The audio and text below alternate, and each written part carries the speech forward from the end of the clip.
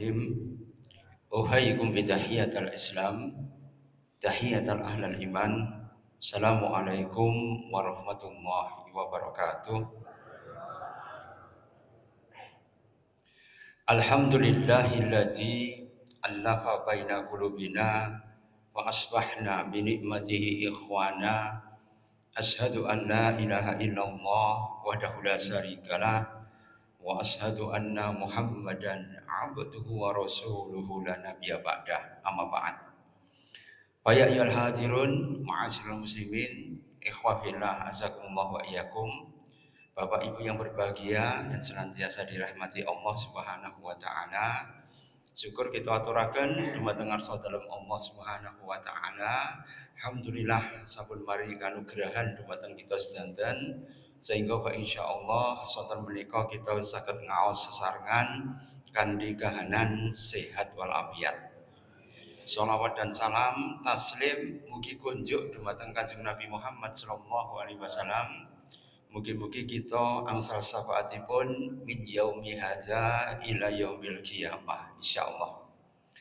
Bapak Ibu yang berbahagia dan dirahmati Allah Subhanahu wa taala, dalam sebuah hadis itu dikatakan menjelang huru-hara hari kiamat, la taqumu sa'ah, tidak akan tegak hari kiamat, hatta yamurur rajul bi qabri rajul, sampai kemudian seseorang itu melewati kuburan ya seorang yang lain, ayaqulu, kemudian dia mengatakan ya laitani makanah, sungguh celaka andaikan aku yang kemudian harus kembali kepada tempat di alam kubur tadi, andaikan aku yang bisa menempati kuburan tadi. Saking putus asanya orang itu menjelang hari kiamat untuk mencari penghidupan saja sangat sulit. Yadikul ma'isah, yaitu adalah kesulitan, kesempitan dalam mencari ma'isah atau mencari penghidupan. Dalam hadis yang lain dikatakan yusibu ummati daul umam, sungguh umatku itu akan terkena penyakit-penyakit bangsa-bangsa yang telah lalu. Apa penyakit yang menimpa kaum Kanjeng Nabi Muhammad SAW seperti umat-umat yang terdahulu? Yaitu yang pertama al-asharul bator, yaitu mereka itu asharul bator, sombong, congkak ketika memiliki harta, kedudukan dan kemuliaan. Namanya asharul bator. Kemudian yang kedua yaitu adalah at-takasur. Tadi dibacakan ya, alhaakumut takasur dan sebagainya. Hatta zurtumul maqabir, bermegah-megah atau bermewah-mewahan itu berhenti ketika mereka itu sudah mengunjungi kubur. Hatta zurtumul maqabir. Kalau mereka sudah masuk ke kubur, flexing atau kemudian pamer mereka itu hilang. Karena flexing, pamer itu merupakan bagian daripada gangguan kejiwaan. Dan itu sudah anjrah, hampir semua manusia itu kemudian melakukan itu tanpa disadari. Ya, yang kedua adalah atakasur. Kemudian yang ketiga, tanajusu fid dunya. Tanajus fid dunya. Tanajus itu apa? Ikhwan fillah, yaitu adalah tanajus itu melakukan tipuan di dalam mendapatkan harta. Wah, sekarang ini semua daerah kan mengalami efisiensi ya. Ada yang daerahnya itu ditingkatkan pajak PBB-nya itu sampai 250%. Ada yang kemudian mengubah peraturan, kemudian TTP itu kemudian dipotong 75%, 50%. Bodoh itu poin ya. Katanya untuk pembangunan, ada yang pembangunan cuma 800 meter dikatakan 8 kilo dan sebagainya. Bahkan jenengan bisa melihat IKN yang mangkrak masih tertinggal 93 PSK. Satu malam PSK 1 jamnya short time itu 300.000. Setiap hari kira-kira melayani 5 orang. Berarti kalau 93 PSK dikalikan Ya, 300.000 ya dikalikan ya 30 hari 1 bulan, omsetnya mencapai 4,6 M. Ya, omset di mana? Di IKN. Jadi kemudian terjadi apa yang namanya kasrotuz zina, yaitu zina itu merajalela di mana-mana. Tanajus ya di dunia. Mereka itu kemudian melakukan kecurangan ketika mencari harta. Setelah kemudian terjadi tanajus, akhirnya apa? Tabaghut. Tabaghut itu apa? Saling membenci. Kalau sudah ada kesenjangan sosial, ini kemudian biasanya dimasuki oleh PKI ya. Jadi PKI komunis itu hanya bisa masuk kalau terjadi kesenjangan sosial antara yang kaya dan miskin.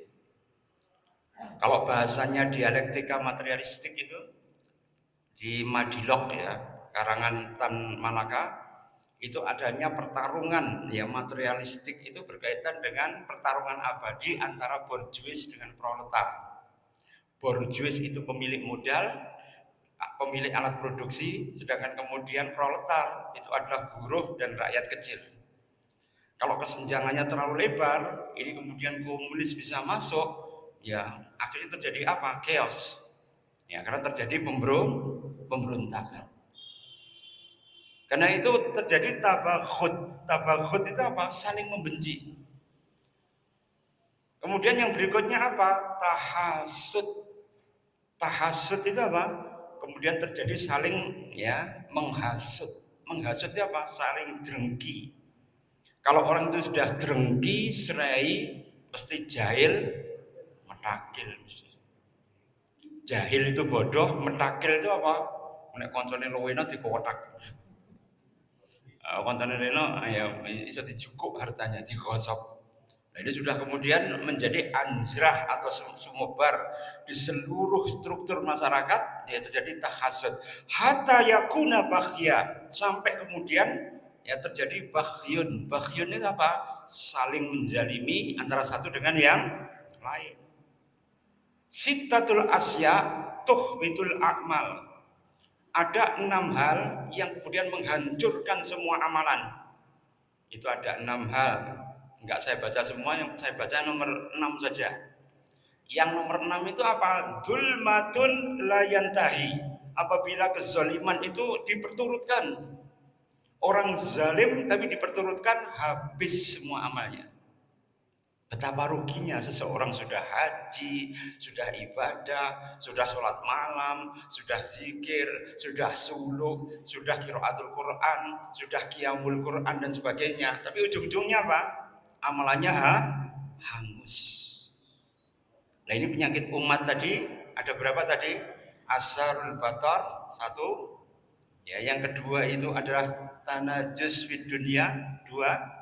Yaitu adalah curang di dalam mencari ya harta benda. Kemudian yang ketiga takasur, yaitu berlomba-lomba di dalam kemewahan. Ujung-ujungnya apa? Ya tabaghut. Ya, keempat tabaghut itu saling membenci. Kemudian tahasud yang kelima, saling mendengki antara satu dengan yang lain. Kemudian ya hatta yakunu baghyun, sampai kemudian terjadi penzaliman antara satu dengan yang lain. Jadi ikhwani fillah azakumullah wa iyyakum, ini adalah penyakit umat-umat yang terdahulu kemudian menjangkiti umatnya Kanjeng Nabi Muhammad sallallahu alaihi wasallam. Sehingga kalau kemudian orang itu tidak sadar gemerigah untuk kemudian mengubah nasibnya sendiri, karena Allah tidak akan mengubah nasib sebuah kaum sampai kaum itu mengubah nasibnya sendiri. Innallaha, sesungguhnya Allah la yughayyiru biqaumin hatta yughayyiru bi anfusihim. Allah tidak akan mengubah nasib sebuah kaum sampai kaum itu mengubah nasibnya sendiri. Karena itu ikhwani fillah azakumullah wa iyyakum, maka ketika kita kemudian melihat fenomena seperti sekarang ini, maka kita harus berusaha untuk kemudian bisa mengubah, tetap sabat. Sabat itu apa? Tetap tegar di dalam menghadapi segala tantangan kehidupan ini. Jadi kalau kemudian kita itu tidak maka kita kemudian ya harus kemudian ngerumangsani bahwa ndak menak itu ada harganya. Coba antum lihat ya, awalu ma yus'al yaumal qiyamati anil bardan. Yang pertama kali ditanya ya oleh Kanjeng Nabi Muhammad sallallahu alaihi wasallam ya kelak pada hari pembalasan, ketika kemudian tafsir dari surah ya Al-Hakumut Takasur tadi kan yang terakhir summa latus aluna yauma idin anin naim, maka seluruh nikmat yang diberikan oleh Allah Subhanahu wa taala pasti ditanya. Lah yang pertama ditanyakan apa? Awalu yus'al yaumal qiyamah, yang pertama kali ditanyakan pada hari kiamat bardan. Bardan itu apa? AC ya gitu. Jadi jenengan tuh kalau ya, mulanya siapa yang tidur di AC kira-kira rakyat kecil atau pejabat? Ya, coba jenengan bayangkan ya, di Amerika itu pejabat untuk nyewa hotel dibiayai negara, plafonnya itu 3 juta sampai 4 juta. Itu pejabat ya, dari DPR, eksekutif, legislatif, ya sampai kemudian ya yudikatif yang pangkatnya tinggi-tinggi itu ya. Maka kalau di Amerika ya, di Eropa itu antara 3 sampai 5 juta. Tapi di negeri Konoha ya, Mbak Sri kemarin mengumumkan yaitu satu malam bisa mencapai 9,3 juta. Ini negara banyak hutang, kan negara Eropa sama negara Amerika kan ya masih kaya kan. Bayangkan ya, mereka itu mempunyai perusahaan minyak. Kemudian Pertamax ya, itu kalau dijual itu harganya sekitar ya 4.000 ya sampai 7.000-an. Itu penghasilan mereka ya, UMR-nya satu bulan itu berapa? 100 juta. Dan itu tidak rugi. Ya, kita itu tidak ada kompetitor. Ya kemudian harga daripada minyak itu kira-kira berapa Pertamax sekarang? Meter lunas kan? Ya. Dan kemudian UMR kita kira-kira berapa? 100 juta apa enggak seperti Amerika? Ya. Antara 2 sampai 3. Ya apa enggak ya? UMR itu. Di Amerika itu 100 juta. Dan bensinnya itu ya murah ya, cuma ya 3.000 ya, kemudian 4.000. Jadi kayak tuku bensin, kayak tuku Aqua begitu. Ya murah sekali. Tapi itu perusahaannya tidak bangkrut. Nah kita kemarin listrik bangkrut. Ya, kemudian ya, minyak juga bangkrut. Semuanya salah kelola semua. Kira-kira sudah seperti ini, kalau kemudian bensin itu naik, kira-kira kemudian perusahaan angkutan yang kemudian mengantar bahan makanan, memasok semua kebutuhan, kira-kira bisa turun apa naik? Ya, akhirnya semuanya serba naik. Jenggowo sambal pecel saka Karangsari yang Banyuwangi ya, kira-kira itu kemudian dibeli neto atau termasuk juga uang transportasinya? Kan termasuk uang transportasi, pasti naik juga. Ya, karena itu kenapa Rasulullah mengatakan hati-hati terhadap sakratul ais. Sakratul ais itu apa? Sakaratul maut tapi masih hidup orangnya. Kalau sakaratul maut itu orang itu ya nazak, diambil nyawanya oleh malaikat Israel. Tapi kalau sakaratul ais yaitu adalah sekarat dalam keadaan hidup, la yamutu wa la yahya, enggak bermutu ngentekne biaya. Karena itu ikhwan fillah azakumullah wa iyyakum, jenengan tahu ya banyak sekali pengorbanan. Jenengan tahu Andy Lau? Andy Lau itu ya kemarin ulang tahunnya ya yang ke-65 kalau nggak salah ya. Beliau itu kemudian ketika membintangi film pertama, tuntutan scan-nya itu ya pada seri pertama dia harus gemuk. Setiap hari dia memakan 40 ekor ayam. Supaya apa? Badannya gemuk. Setelah itu tuntutan skenario-nya, pada part kedua dia harus kurus. Setelah itu dia tidak makan, cuma minum teh sampai kemudian dia lambungnya itu berdarah. Karena apa? Diet yang terlalu ketat. Itu ngelabuin dunia kayak gitu. Ya pada itu untuk ngelabui kehidupan dunia supaya moncer menjadi terkenal, itu sampai kemudian lambungnya itu jebol di 3 tempat. Karena apa? Asam lambungnya tinggi. Karena tidak makan, supaya tuntutan daripada skenario bisa dipenuhi, maka dia cuma minum teh saja pagi sampai sore, maka kemudian ya dia mengalami ya yang namanya erosif ya, atau kemudian luka pada lambungnya. Mencari dunia dilakoni sampai seperti itu. Sedangkan hanya untuk ibadah tok lho, uang ya. Surga jadi kan murahan. Ya pada. Kalau kemudian Pak Bupati Pati menaikkan sampai 250%, kemudian rakyat dalam keadaan krisis, malam harinya mereka masih kemudian di pendopo itu mendatangkan trio serigala. Tahu ya trio serigala?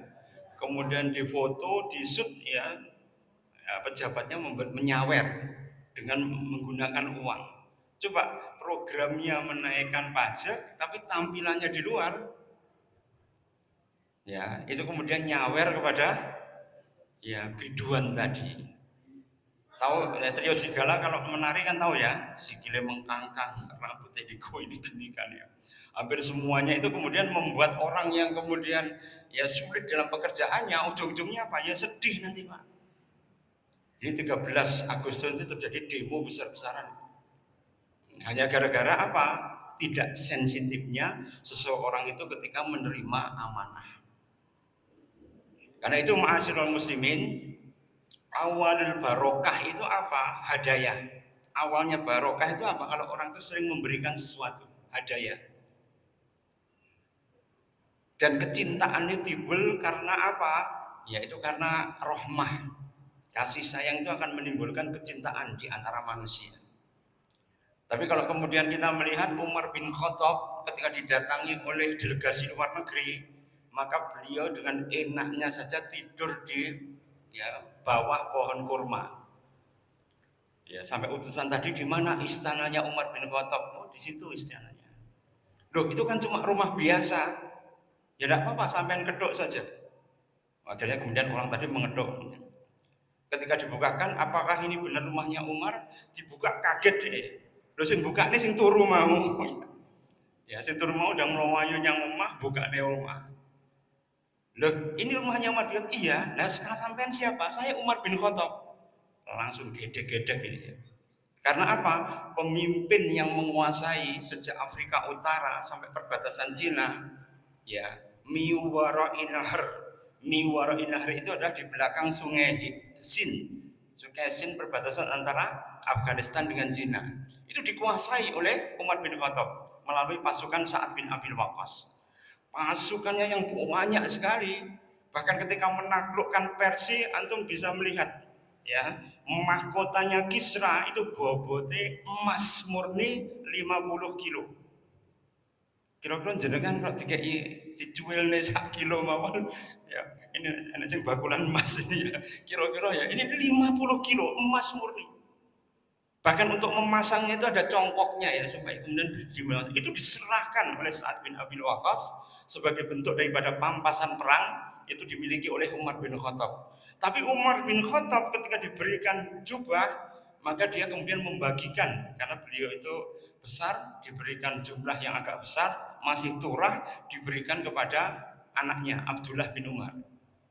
Ketika tahu, loh ini kok podo ini sarimbit ini, ya, antara bapak dan anaknya, diprotes masyarakat, akhirnya dia mengatakan, ya ini memang ya turah karena saya diberikan lebih, akhirnya kemudian saya bagi dengan anaknya. Itu saja sudah disemantani masyarakat. Itu Umar bin Khattab yang ya konon kabarnya pajak dari negara paling besar seluruh dunia, dari seluruh penguasa, sejak penguasa itu ada sampai kemudian sekarang, itu yang paling banyak pajak dan efektivitas daripada hartanya itu zaman Umar bin Khattab.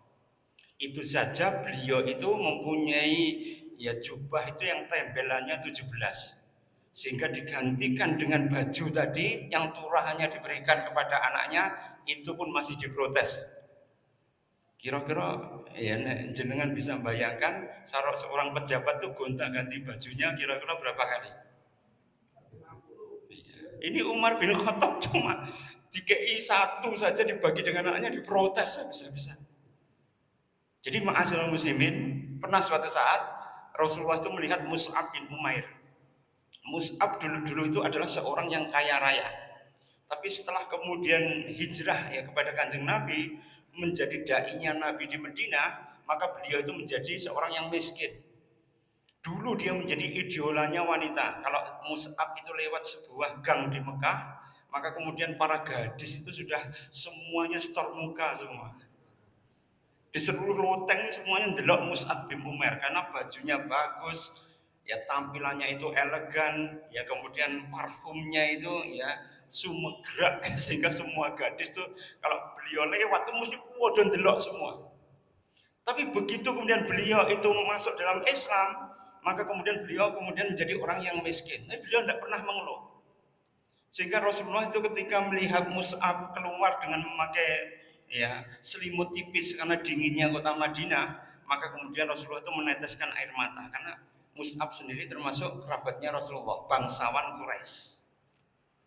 Itu sampai menangis Rasulullah karena apa? Dulu itu anaknya orang kaya ya. Tapi dia tidak pernah menuntut kekayaan itu ya kepada Kanjeng Nabi Muhammad SAW. Dan ketika beliau meninggal pada waktu perang Uhud, maka beliau itu kemudian hanya mempunyai satu selimut tadi. Kalau ditutupkan di kepalanya, kakinya kelihatan. Kalau ditutupkan ke kakinya, kepalanya kelihatan. Dan kemudian Rasulullah mengatakan, tahukah kamu semua bahwa keadaan Mus'ab saat itu jauh lebih baik daripada kehidupan mewahnya ketika pada waktu dia masih jahiliyah. Tahukah kamu semua bahwa sesungguhnya kehidupan dulu yang sampean ya sering lontarkan, karena sahabat Nabi kadang-kadang mengatakan, ya Rasulullah, kami dulu di Mekah termasuk orang kaya loh ya. Kami dulu mempunyai ternak yang banyak, perdagangan yang luar biasa, jejaring daripada kabilah-kabilah lain itu yang kemudian menyengkuyung kami, sehingga kami mempunyai kehidupan yang lebih baik. Sehingga makanan ada, dendeng untuk makan setiap hari, simpanan juga ada. Tapi sekarang kita mengalami kesulitan. Maka oleh Rasulullah diajarkan bahwa keadaan kamu saat itu jauh lebih baik daripada ketika masih dalam keadaan jahiliyah. Jadi ma'asyiral muslimin, yang mahal apa? Hidayah, nurul huda. Karena itu kalau jenengan tuh hidup ya, itu salah satu Ibnu Mas'ud itu beliau mengatakan bahwa seseorang itu setiap hari, setiap pagi ya, itu harus mengucapkan pujian pada Allah itu karena 4 hal. Ya, 4 hal. Yang pertama apa? Alhamdulillahilladzi nawwara qalbi binuril huda wa ja'alani minal mu'minina wa lam yaj'ali minadh dhalin. Ini adalah syukur yang pertama. Apa itu? Alhamdulillahilladzi, segala puji bagi Allah, nawwara qalbi, karena telah memberikan cahaya di dalam hati kami. Dengan apa?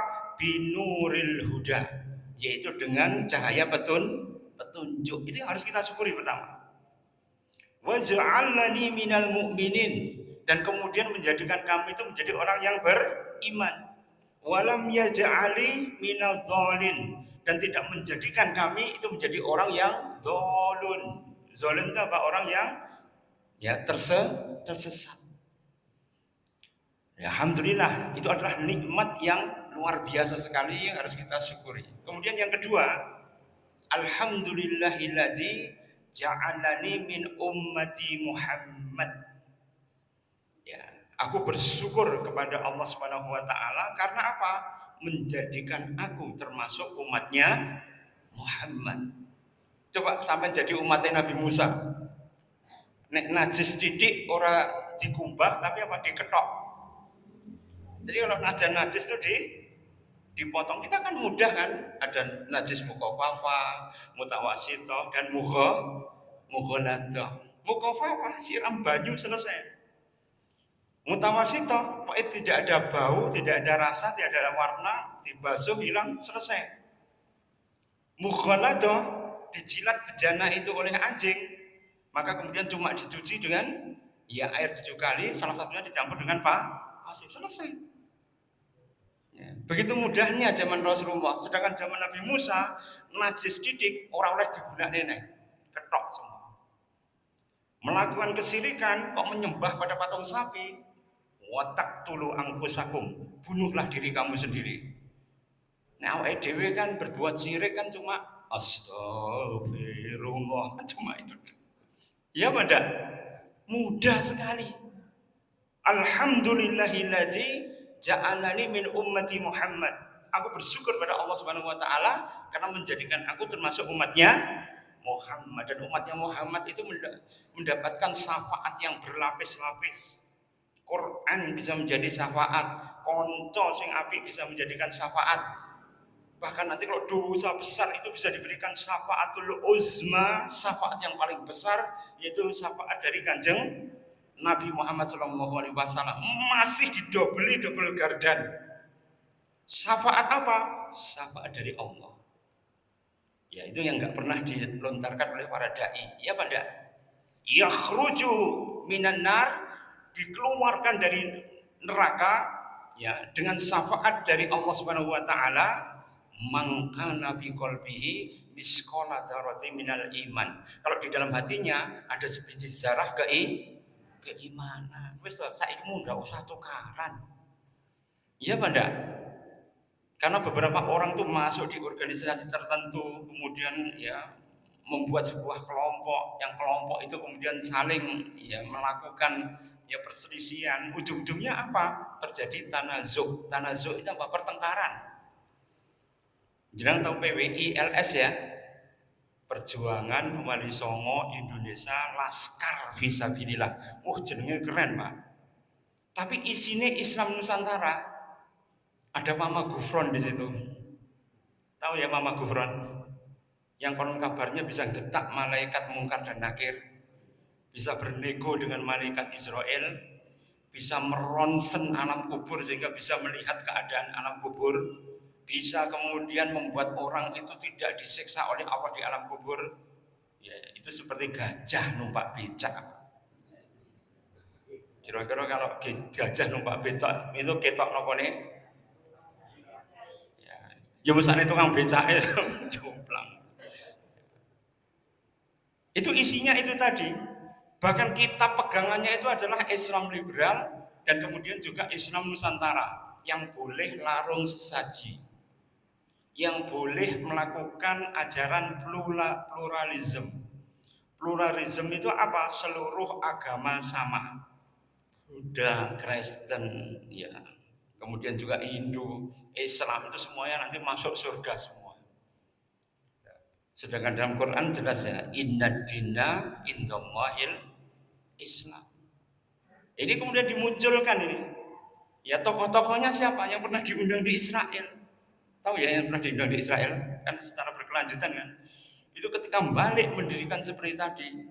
FPI ketika kemudian di Pemalang kemarin, ya kemudian ya tiba-tiba membawa pendungan, ya dihajar semua. Itu podo NU ini ya. PWI dari Ormas ya Nahdlatul Ulama, FPI sendiri juga ya dari Nahdlatul Ulama yang ada di Banten, podo-podo. Ujung-ujungnya apa? Ya adanya politik pecah bambu. Satu diinjak ya, kemudian akan membuat mereka itu saling bertengkar antara satu dengan yang lain. Divide and emperor. Ya mereka kemudian memecah belah, kemudian baru bisa memerintah.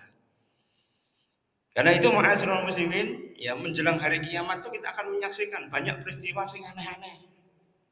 Karena itu dakwahnya zaman Wali Songo itu tidak seperti itu.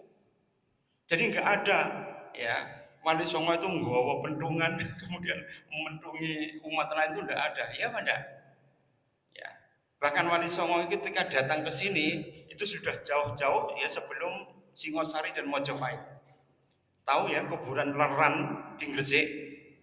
Ya, Fatimah binti Maimun dan keluarganya yang di situ.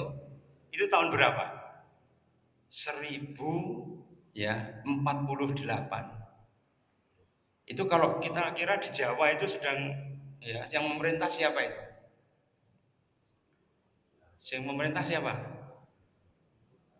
Ya, kerajaan Jawa? Kahuripan, yaitu air Langga. Ya. Jadi air Langga itu ya mantu daripada Dharma Wangsa. Dharma Wangsa itu punya kerajaan di Pamotan. Pamotan itu sekarang itu daerah keraton Maspati, tahu ya Maspati? Karena Dharma Wangsa itu ya cucu daripada Empu Sendok. Empu Sendok itu merupakan keturunan daripada Medang Kemulan. Ya, Medang Kemulan itu dari ya kerajaan Mataram Hindu kuno. Yang mendirikan kan ada dua, ya ada keluarga Sailendra, ya kemudian ada keluarga Sanjaya. Kalau Sanjaya Hindu, Sailendra itu Buddha. Maka pada waktu masa Dyah Balitung, ketika menikah dengan putri Paramodawardhani, itu mendirikan dua bangunan, Hindu dan Buddha. Buddhanya itu kerajaan membangun ya Borobudur. Coba Borobudur, Pawon, Mendut, ya sampai kemudian Prambanan itu kan satu garis lurus, ya benda. Ya, Mendut, Pawon, ya Borobudur itu Buddha. Sedangkan Prambanan itu Hindu. Sedangkan patung di situ itu bukan patung Roro Jonggrang, bukan. Itu patung Dewa Durga atau patung daripada Pramodawardhani. Tapi kan kadung kita itu terkontaminasi cerita, yaitu Bandung Bondowoso yang kemudian menciptakan ya Prambanan itu hanya dalam satu malam. Tahu kan jenengan berapa tahun Prambanan itu dibangun? 200 tahun. Ya, sejak zaman dinasti Sanjaya kemudian dikudeta oleh Sailendra, dipersaudarakan ya dengan perkawinan antar agama, itu pembangunannya itu menelan waktu hampir 200 tahun. Ceritane gur sedino apa ya mokal, ya benda. Cerita Wali Songo yang berkaitan dengan ya misalnya Sunan Giri tarung ya dengan Sabdo Palon di Gunung Tidar. Oh ya itu ya. Sampai berubah menjadi naga, berubah menjadi angin, berubah menjadi macam-macam. Kemudian Sunan Bonang itu menunjuk pada kolang-kaling jadi emas, tahu enggak ya? Atau Sunan Kalijogo kemudian merubah padasan itu watune itu kemudian menjadi emas ketika mencoba imannya ya Ki Pandan Arang, oh ya Ki Pandan Arang, Bupati Semarang, sehingga bisa masuk Islam. Semua cerita yang berkaitan dengan keajaiban. Atau kemudian Sunan Kalijogo disuruh untuk menjaga kali sampai 3 tahun. Sampai kemudian semak-semak itu kemudian melingkupi beliau. Nah ngono orang itu tidak tahu ceritanya malah dikomentari. Berarti Sunan Kalijogo kafir no. 3 tahun gertopotok ora sholat berarti. Ya benda. Kalau sudah mengucapkan syahadat kan berarti harus sholat. Ternyata Sunan Kalijogo keturunan dari Arya Wiraraja, bapaknya itu sudah Islam dari dulu. Sebelum dia menjadi ya Brandan Lokojoyo, dia sudah Islam. Cuma Islamnya Islam awam gitu loh. Dan ketemu dengan Sunan Bonang itu diajari tentang ilmu dakwah, akhirnya beliau menjadi tukang dakwah. Nah siapa yang mengarang ya cerita sing aneh-aneh tadi? Ternyata itu adalah agennya Belanda yang namanya Ki Panji Notoroto. Jadi Ki Panji Notoroto itu mengarang kitab berkaitan dengan permusyawaratan para wali, itu isinya berkaitan dengan khurafat khayalan. Termasuk cerita bagaimana cacing itu mendengar pedarannya Sunan Bonang kepada Sunan Kalijogo, akhirnya kemudian cacing itu berubah menjadi siapa? Syekh Siti Jenar. Jadi bukan Siti Jenar sebenarnya. Bahasa Persinya itu tuan itu adalah Sidi, dari kata Sayyidi. Ya, kalau wanita sayyidah, kalau kemudian laki-laki yaitu ada sayyid. Maka wong Jawa itu kemudian menerjemahkan bahasa Persia kan sidi kan. Sidi enek tasdite wangel, akhirnya kemudian mereka sing menak ya sidi ya. Nek sidi kan luwih menak kan. Ya. Karena itu ma'asyiral muslimin, pedaran daripada Sunan Bonang kepada Sunan Kalijogo sampai kemudian ada cacing yang menjadi tembelan dari perahu itu, yang di situ kemudian mendengar pejangan rahasia itu kemudian berubah menjadi Syekh Siti Jenar. Maka ini adalah cerita yang dikarang oleh Ki Panji Notoroto. Dadai kita yang tidak tahu malah ngukumi sing aneh-aneh. Wih, berarti Sunan Kalijogo ora tahu moco, wis ora usah berkomentar. Iya Banda? Kalau berkomentar malah keliru semua kan? Iya Banda? Ya, cerita itu adalah cerita yang dibangun oleh jaksa atau jaksanya orang Belanda yang dimasukkan Belanda itu di keraton. Mengarang beberapa kitab kemudian disebarkan pada seluruh penduduk keraton. Sehingga orang itu tidak memahami agama kecuali hanya khurafat. Khurafat itu apa? Cerita yang tidak ada buktinya. Jadi khurafat itu adalah orang Arab zaman jahiliyah yang dia itu pernah hilang 40 tahun, kemudian dia bercerita pernah dibawa ke alam jin. Maka para pemuka kabilah itu menuntut dia, buktikan kalau kamu pernah disamber jin. Ya.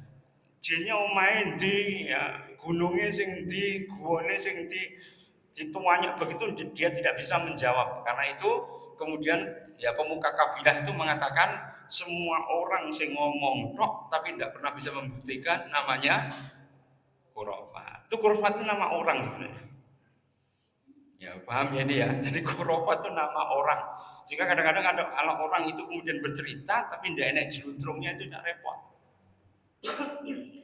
Karena itu ma'asyiral muslimin, ketika para wali itu berdakwah, kenapa kok spektakuler? Orang Islam yang datang itu sejak, kalau menurut Hamka itu sejak 649-an orang-orang Islam dari Arab sudah nyampe di sini. Buktinya apa? Makamnya keluarga Ibnu Mas'ud di Sumatera Utara, di Serdang, itu ya, lisannya itu berukiran, tulisannya itu ya sekitar 7 Hijriah. Ya, artinya apa?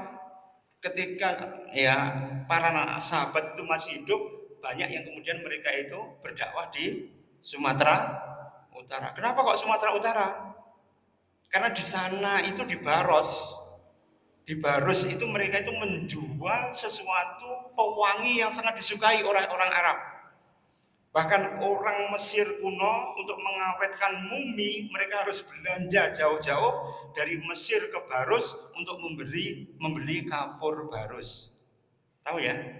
Kapur Baros itu cuma ada di Baros Sumatera Utara tok.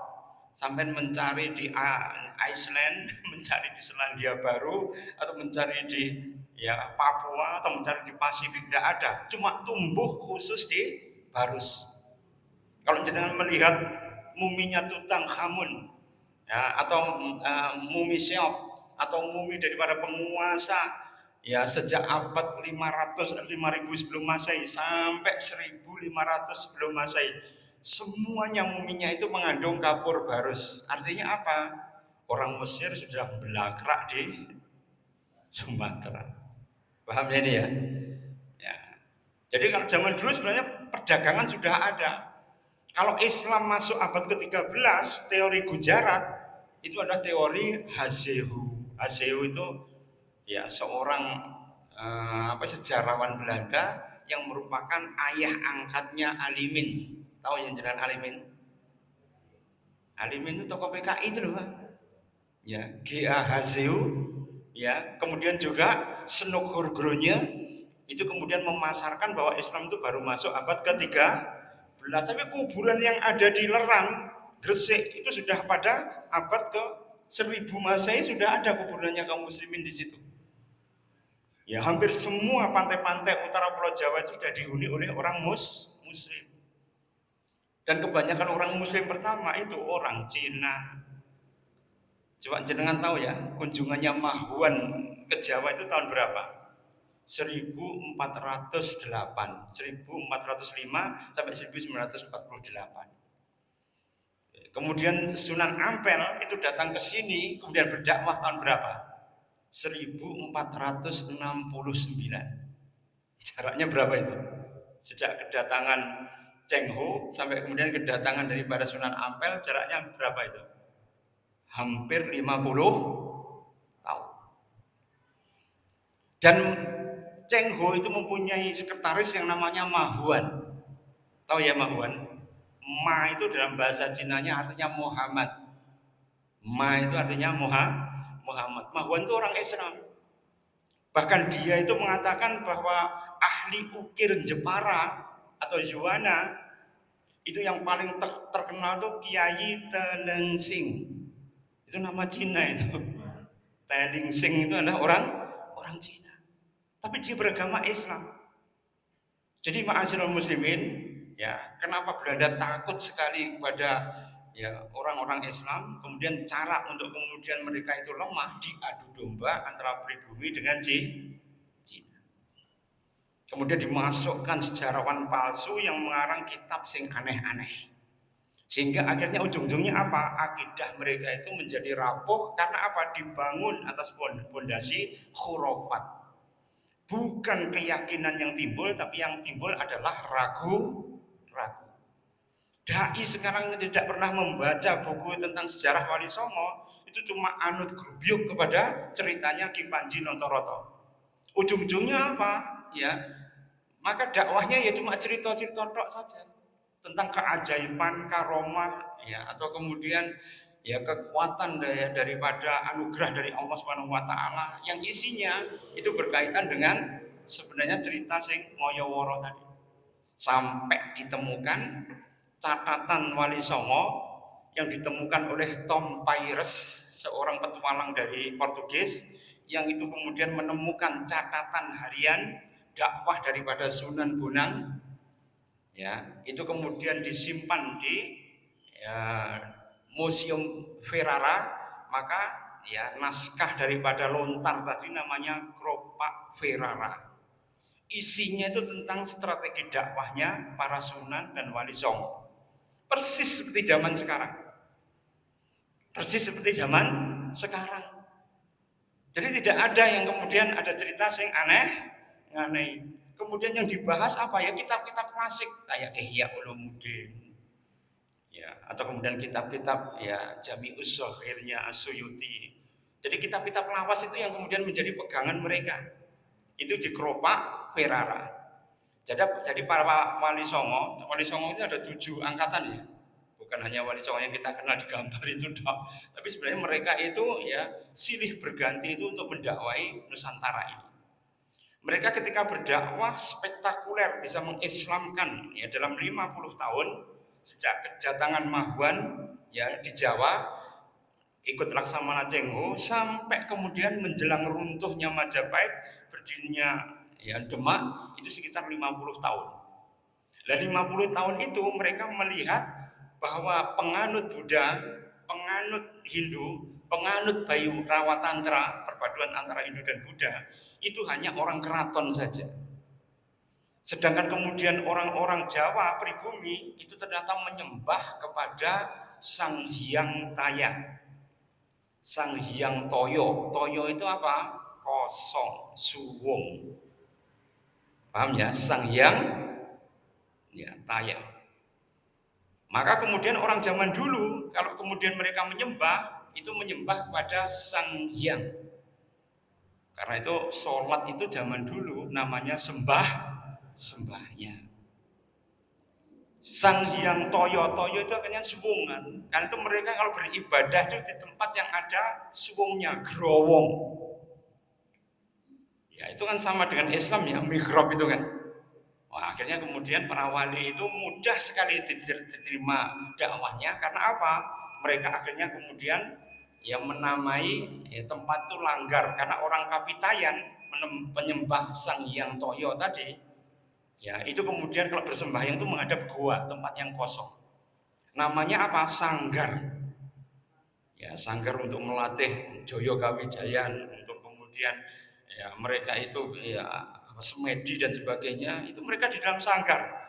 Ben rodok ya, dikenal oleh kaum muslimin, akhirnya sanggar dirubah menjadi langgar. Tahu ya asal musuhnya langgar. Dan kemudian orang Kapitayan penyembah kepada Sang Hyang Toyo tadi, itu menurut Profesor Agus Sunyoto ya di dalam dalam Risalah Wali Songo. Beliau guru besar di ya IKIP Blitar itu ya. IKIP mana? Malang. Sekarang UM itu loh ya. Itu beliau itu mengarang kitab yang tebal ya, guru besar sejarah berkaitan dengan kaum muslimin kenapa lebih mudah di Indonesia itu untuk memeluk agama Islam. Karena sebagian mereka sudah mempunyai dasar agama yang sama dengan Islam. Bahkan ketika Wali Songo itu melihat penduduk desanya, kalau mereka beribadah itu dengan berdiri. Namanya tulajek. Tulajek itu adalah berdiri. Kemudian kalau mereka beribadah ya dengan mengadakan swadikap. Swadikap itu dengan menelungkupkan tangan satu dengan tangan yang lain. Ayo bodoh be Islam. Akhirnya swadikap menjadi sedekap. Ya Banda. Kemudian ada yang namanya tungkul. Tungkul itu kemudian seperti rukuk. Ya, sehingga kemudian seperti rukuk tadi ya membuat ya apa itu para sunan wah ini bodoh be rukuk ini. Ya tungkul itu. Sehingga mereka mudah untuk mengenalkan sholat itu dengan tulaja, swadikap, dan tungkul. Bahkan ketika mereka itu sujud, itu tendem. Tendem itu adalah sujud. Cuma sujudnya orang Buddha kan tangannya diginikan semua ya. Ya. Dan mereka itu sujud sama dengan orang Islam. Kemudian mereka dengan duduk di antara dua sujud atau iftiros. Namanya tulumpuh. Podo semua. Karena sama, tinggal diubah niatnya, ya Banda. Mereka senang siiran, diubah juga siirannya menjadi Islam. Kalau mereka itu kemudian ya melakukan semedi, diganti dengan zikir kepada Allah, sehingga dakwah itu lebih mudah. Jadi jangan dianggap Wali Songo itu datang ke situ ya langsung dengan memamerkan keajaibannya langsung bisa masuk Islam, kan tidak gitu kan. Tapi mereka itu survei dulu, berusaha untuk mendakwai. Caranya bagaimana? Sunan Kalijogo menggelar yang namanya ya pergelaran syahadatain secara massal. Nah, syahadatain secara massal itu wong Jawa ora iso ngomong syahadatain, akhirnya menjadi sekaten. Ya Banda. Maka setiap masjid lama, langgar lama itu ada yang namanya kocean. Oh ya kocean. Ini aja masih ada koceannya. Ya. Itu supaya apa? Orang yang dari sawah, orang yang dari kebun, orang yang dari hutan baru bekerja kalau masuk langgar itu nyuci dulu. Tapi kalau dipaksa pun nyuci kan tersinggung kan. Maka diberikan kocean baru kemudian mereka masuk, baru kemudian diajari cara berwudu, ditanggapne wayang, ya gagrag wayang Ramayana sama Mahabharata dirubah menjadi gagrak Islam, diselingi dengan ghairo yang lain daripada yang lain. Ghairo itu akhirnya jadi goro itu message-nya itu diletakkan di situ. Ya akhirnya ketika mereka beriman, maka mereka disahadatkan secara massal, maka namanya sekaten. Ini dakwah ya rodok ya berat loh, karena apa? Gelar wayang, ngundang orang, membuat langgar, membuat kocean, membuat makanan dan macam-macam. Ya, bayi rawat tantra itu sebenarnya kan sajen, sajen ini diubah menjadi ingkung. Ya, ingkung itu apa? Ingsun kan manekung. Manekung itu apa? Beribadah. Wong Jawa ki nek perkara badokan wis apane cepet, Pak. Ya, Banda. Terus itu perangne wangel biasanya. Nek ingkung wah ingsun ingkang manekung. Wah, akhirnya mereka itu kholaul batin, membersihkan batin. Maka kemudian para wali membuat makanan yang namanya kolak. Iya Banda ya. Ya, ada kupat, ngaku, lepat dan sebagainya, atau apem atau afuun dan sebagainya. Akhirnya kemudian dakwah itu bisa diterima dengan mudah. Jadi jangan dikatakan bid'ah dulu, karena itu merupakan cara Rasul untuk menyampaikan ya Dakwah itu apa? Khatibun nas bi qadri uqulihim. Katakan pada manusia sesuai tingkat akal pikirannya. Kalau pemikirannya kapitayan ya kemudian didekati dengan kapitayan. Dan kapitayan itu hampir sama ibadahnya itu dengan kaum muslimin. Ada tulajek, ada swadikap, ada tungkul, ada kemudian tendem, ada dengan tulumpuk. Semuanya ini seperti dalam Islam. Begitu ditawarkan Islam, oh bodoh ini. Karena mereka benci kepada penguasa. Dan penguasa itu agama Hindu dan Buddha. Apalagi kemudian tercampur menjadi Bhairawa Tantra. Itu malah pengorbanan manusia, pengorbanan binatang dan sebagainya. Ini malah lebih kejam lagi.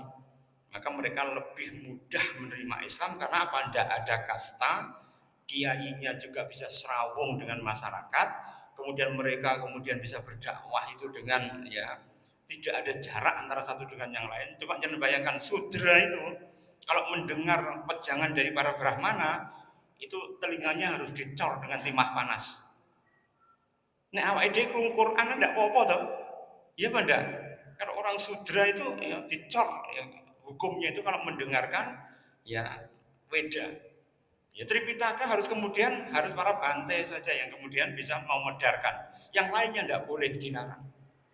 Kalau dalam Islam Quran boleh dibaca oleh siapa saja. Saya kira begitu ma'asyiral muslimin. Ini berkaitan dengan huru hara hari kiamat supaya nanti kita bisa menyikapi hidup sakratul ais itu kita bisa menjadi lebih bijaksana sehingga kalau kemudian kita melewati hari-hari kita yang begitu berat ya pada era sekarang ini dengan pajak yang meningkat, kehidupan yang begitu sulit, resources sumber daya SDA itu kemudian diperebutkan oleh banyak bangsa, kemaksiatan merajalela di mana-mana, menteri bisa menjadi agen judol juga ada, ya pada ya. Ya, ada 4 server itu dikuasai oleh malah orang-orang yang harusnya melindungi masyarakat dari judul itu malah kemudian menjadi servernya. Kemudian rebutan server, ya, perdagangan organ manusia. Kemarin di Wai Jepara ditemukan ya ratusan ginjal. Ginjalnya siapa itu? Masa orang dengan sukarela menyerahkan ginjal kan tidak mungkin ya. Satu mungkin dibayar, dua mungkin dipaksa.